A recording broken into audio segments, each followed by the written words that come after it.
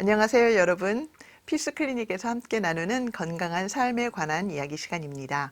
오늘은 한의 전문의이신 좌윤 선생님께서 간헐적 단식에 관해서 이야기해 주시겠습니다. 선생님, 안녕하세요. 안녕하세요. 네. 추수감사절 잘 보내시고요. 예, 잘 보냈습니다. 네, 선생님, 지난번 주제 저희가 다루었던 주제가 금식에 관한 거였잖아요. 예, 네, 그러면 오늘 다룰 주제 이 간헐적 단식은 그 금식 중에 한 종류라고 우리가 이해하면 될까요? 예, 맞습니다. 근데 간헐적 단식은 금식의 일종이지만 이것이 발생하게 된 배경에는 전 세계에 유명하게 된 이유는 비만이라는 문제를 해결하기 위해서 만들어낸 법입니다. 따라서 이 간헐적 단식은 병자들을 위해서 개발된 거기 때문에 건강한 사람들은 정기적으로 하면 좋지만 자기가 이미 건강한데 간헐적 단식을 굳이 할 필요가 없죠. 그러나 병이 들었다는 건 내 몸의 생체 리듬에 문제가 생겼으니까 이 생체 리듬을 바로잡기 위해서 간헐적 단식을 통해서 바로잡으면 좋기 때문에 약 3개월이나 6개월 장기간의 효과를 볼 수 있습니다. 현대인들에게 있어서 가장 큰 문제는 많이 먹어서 문제가 되고 영양이 돼서 문제가 된 것이지 어떤 걸 잘못해서가 아니거든요. 그런데 그 배경에는 바로 우리가 식욕이라고 하는 문제가 발생하게 됩니다. 이 식욕을 잘 다룰 수 있도록 해주는 것이 간헐적 단식이에요.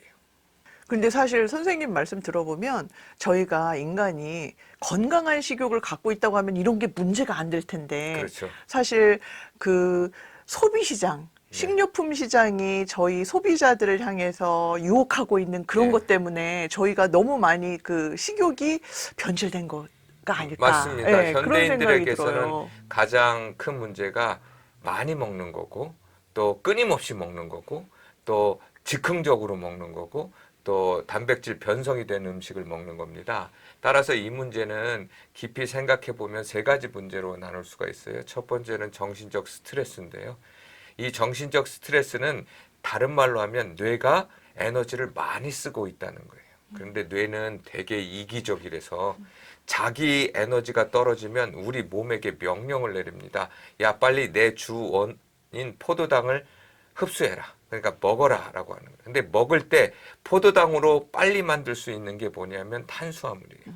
그래서 우리가 탄수화물 어느 정도 먹으면 뇌에서 어느 정도 차면 먹지 않아도 됩니다. 원래는 예, 건강하면. 그렇죠. 네. 그런데 문제는 장사하는 사람들, 또 이런 업계 하는 사람들은 그렇게 먹으면 돈을 못 벌어요. 그러니까 어떻게 해야 되냐면 사람들이 식욕을 계속 유지할 수 있도록 과학적인 방법을 해야 합니다. 그래서 먹어도 질리지 말아야 되고 또 식욕을 계속 자극할 수 있어야 되고 또 포만감을 주면서도 또 먹을 수 있게 만들어야 되는 이런 과정이 들어가다 보니까 문제가 돼서 병이 돼서 이런 문제에 대한 고려가 있어야 되고요. 그다음에 두 번째는 우리 현대인들이 먹는 것의 문제를 생각해 보셔야 하는 거예요. 신선한 제품은 오래 못 갑니다. 근데 신선한 제품을 먹으면 우리는 살도 안 쪄요. 우리 자연에서 보면 재미있는 사건이 있는데요. 오메가3하고 오메가6가 있습니다. 많은 사람들이 잘 알죠. 그런데 오메가3는 신선 제품에 대단히 많이 있어요. 그러니까 오메가3가 많다는 건 곧 빨리 썩는다는 뜻이에요. 그러니까 보관이 안 돼요. 네. 근데 오메가6가 좀 많아지면 보관이 오래돼요. 그러니까 현대인들이 먹는 것 중에 보관을 오래 하려면 튀기면 오메가6가 많아지거든요. 그렇죠. 그러니까 문제가 되는 겁니다. 따라서 결국은 우리가 최소한의 오메가3가 많은 거예요. 그러네요. 신선 제품에 많게 돼 있습니다. 오메가3는 전 세계에 널려 있습니다. 그런데 그런 오메가3는 조건이 신선해야 한다는 거예요. 그러기 때문에 우리가 봄에는 파릇파릇 튀어나오는 그 풀에는 오메가3가 되게 많아요. 그런데 가을이 되면 열매가 맺히죠. 네. 그 열매 안에는 오메가6가 많습니다. 오. 그러니까 비만이 되는 거죠. 그러니까 우리 몸은 아는 거예요. 겨울이 되면 에너지를 축적해야 되니까 오메가6가 많은 열매들을 먹어요. 그러니까 살이 찌죠. 그래서 곰들이 동면을 할 수 있는 겁니다. 따라서 우리가 자연의 흐름을 타면 결코 비만하지 않습니다. 그런데 현대는 그런 자연의 시즌과 상관없이 비닐하우스부터 다 나옵니다. 그렇죠. 그리고 현대인은 너무 열매를 많이 먹어요. 그러다 보니까 비만에 과일 먹고 다이어트 한다고 그래요. 그 과일 안에 어마어마하게 많습니다.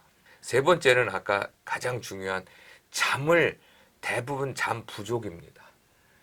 적어도 7시간에서 6시간 정도는 잠을 자야 몸이 회복할 수 있는 프로그램이 돌아가는 건데 대부분 불면증에 걸려 있기 때문에 어떤 치료도 불면증이 깔려 있으면 몸의 회복은 느리게 돼 있어요. 염증을 치료하는 것이 잠자는 기간 동안인데 그게 안 되죠. 따라서 이런 생체 리듬을 바꿀 수 있는 가장 좋은 방법이 간헐적 단식이고, 간헐적 단식을 해야 될 사람은 건강한 사람이 아니고 생체의 리듬을 잃어버린 병자들이 해야 되는 겁니다. 선생님 말씀을 듣다 보니까 그럼 간헐적 단식에 공복 시간을 늘리는 것이 아침 시간을 늘리는 것보다 저녁 시간을 확보하는 게 훨씬 나을 것 같다라는 생각이 좀 들어요. 간헐적 단식은 기본적으로 16시간 정도를 확보하거나 12시간을 확보해야 되기 때문에 그 핵심 시간은 저녁 시간입니다. 저녁에 잠을 잘 때 공복을 유지할 수 있는 것을 확보해야 돼요.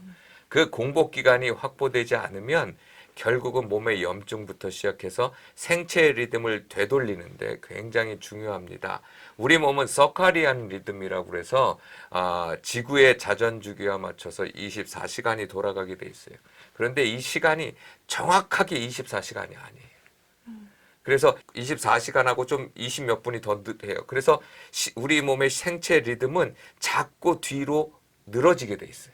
조금씩 밀리는군요. 그런데 이거를 해결하는 것이 아침에 매일같이 정확한 시간에 정규적인 시간에 일어나게 되고, 두 번째는 햇빛으로부터 내 눈에 강한 햇빛을 쬐게 되면 이 뇌 안에 우리 시각 뒤에 있는 시교차 상액이라고 하는 것이 달궈져요. 그러면서 이게 달궈져서 깨우면 우리 몸의 생체 리듬을 다시 24시간으로 세팅합니다. 이 과정이 굉장히 중요한 과정이에요.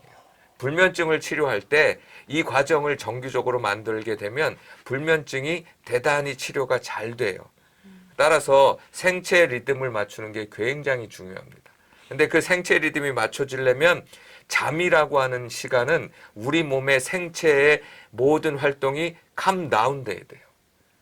그래서 약간 몸이 저온 상태를 유지해야 우리 몸의 여러 가지 것들이 다 잠을 자야 돼요.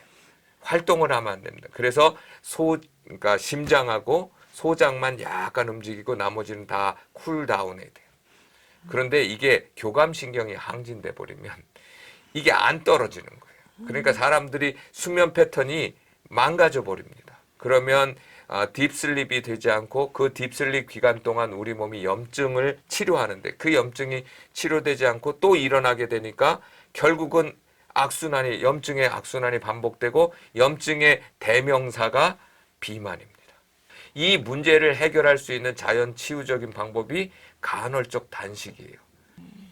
그럼 선생님, 저희가 잠을 한 10시쯤 자는 게 바람직할까요? 그거는 사람마다 다릅니다. 사람마다 달라요? 왜 그러냐 하면 그 사람의 생체 리듬과 네. 그 사람이 가지고 있는 오장육부, 그러니까 양방으로 얘기하면 소화 시스템이, 그리고 그 에너지를 만들어내는 대사율이라고 하는 게 있거든요. 그 대사율을 모발 검사를 통해서 하면 알 수가 있습니다. 근데 그런 대사가 빠른 대사인지 대사가 느린 대사인지 아니면 이런 것들을 통해서 그 사람의 수면 패턴이 달라요. 어떤 사람은 잠을 늦게 자서 늦게 일어나는 게 건강한 사람이 있고, 어떤 사람은 농촌형처럼 초저녁에서 새벽에 일어나는 게 좋은 사람들이 있어요. 그래서 저녁 늦게까지 공부하면 좋은 사람, 새벽에 일어나면 행원한 사람은 늦게 자는 게 맞는 거예요. 그래서 그것들을 판단하고 거기에 맞춰서 해야 되기 때문에 그 어떻게 스탠다드에서 그렇게 된다라고는 말할 수는 없지만 그 전체적인 양은 7시간에서 8시간 정도의 잠을 자는 것이 좋고, 잠을 잘 때의 전제 조건은 수면 위생이라고 하여 인터넷에 찾아보시면 많은데, 일단 빛이 없는 곳을 차단하고 소리가 없이 자는 그런 것들이 필요하기 때문에 그런 준비들을 하는 가운데 간헐적 단식이 병행될 때 병이 치료되는 거지. 야, 막 시간에 너무 그 규정이 엄격한 사람 16시간을 해야 간헐적 단식이 효과적이다. 그런 건 아니고요. 네. 내가 위장병을 갖고 있거나 당뇨를 갖고 있거나 아니면 간에 문제가 있는 사람이 간헐적 단식을 하면 또 문제가 될 수도 있는 상황이거든요.